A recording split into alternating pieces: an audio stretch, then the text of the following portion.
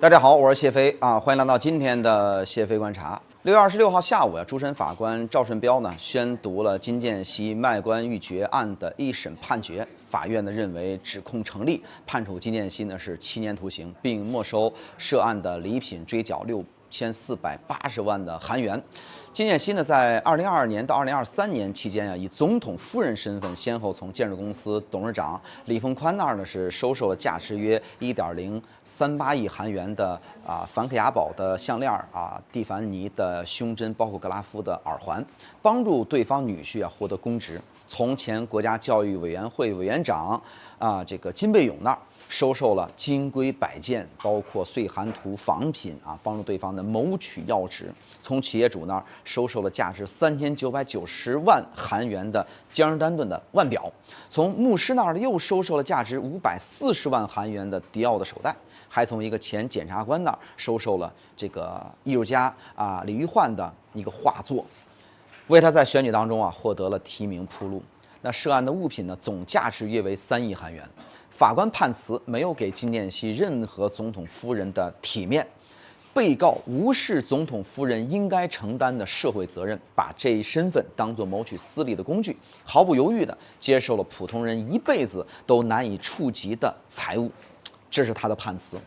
法院還稱金建熙呢在調查開始之後，試圖退還部分禮品來逃避法院的調查，在這個庭審過程中也絲毫沒有悔罪的態度。那這已經不是金建熙第一次站上被告席了。今年的1月28號，因為操縱德意志汽車公司股價、接受宗教团體高價物品等罪名，被判處1年8個月。當時檢方就提出的一個3項指控當中，只有1項被認定為有罪。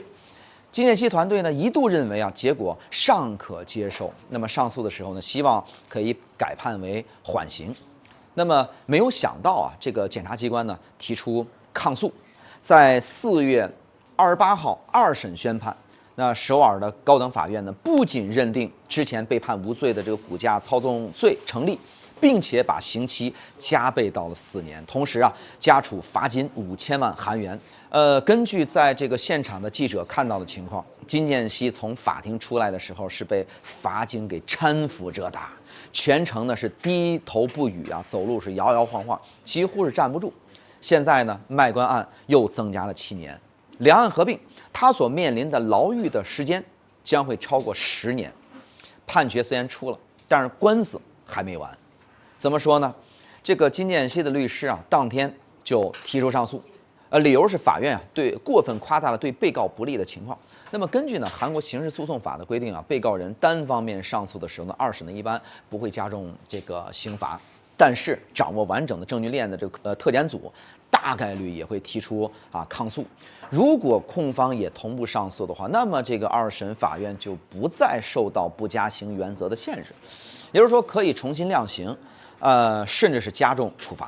你看，從1審的1年8個月到2審的4年，這個前車之鑑，加上法院認定他利用總統權力把身份和特權變現，並且沒有悔改之意，那麼2審這個方案的減刑的可能性就很小了。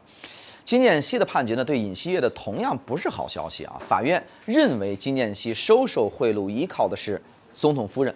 那麼也就是說呢，妻子可以賣官，前提是丈夫放任掌權2024年的國會4次通過金建熙特檢法，要求對金建熙進行獨立調查。尹錫悅每次都使用否決權來阻擋，那麼就是英雄難過美人關就是愛美人不愛江山了。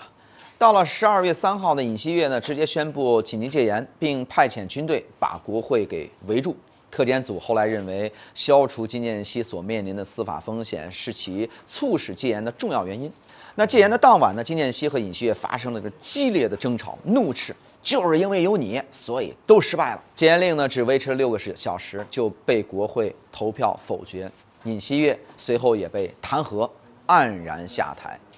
眼下尹錫悅身負8起刑事的訴訟。那今年1月呢，因為妨礙公務、濫用職權等罪名，1審被判處了5年。2月19號呢，內亂頭目罪1審宣判，檢方求處死刑法院判處無期徒刑。法官認定他向國會派兵，企圖癱瘓憲法機關，且毫無悔意。特檢組呢也已經抗訴。韓國的憲政史上，全斗煥因為內亂罪一審被判死刑，2審改判無期後來當然獲得特赦了。朴槿惠呢判了22年，坐牢不滿5年也就被赦免了。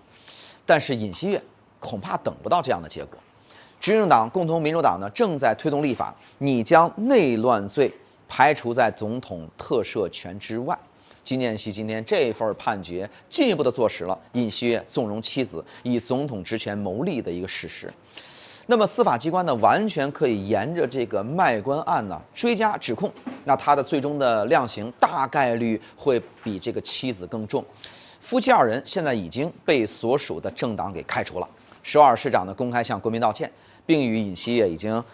劃清界限。他們是韓國的憲政史上的第一對雙入獄的前總統夫人，政治復出已經不可能了。韓國呢素來有這個青瓦台魔咒的說法，歷任總統呢卸任之後很少有人能夠平安無事的。尹錫悅當年把總統府搬到這個龍山國防部大樓旁邊，1天也沒有在這個青瓦台住過呀。結果不僅沒有避開這個魔咒，反而比前任們更加嚴重。所以在這個時候，作為韓國的政治人物，恐怕要學一學前總統文在寅的處世哲學了。好了，感謝收看這一期的謝飛觀察，我們下期節目再見。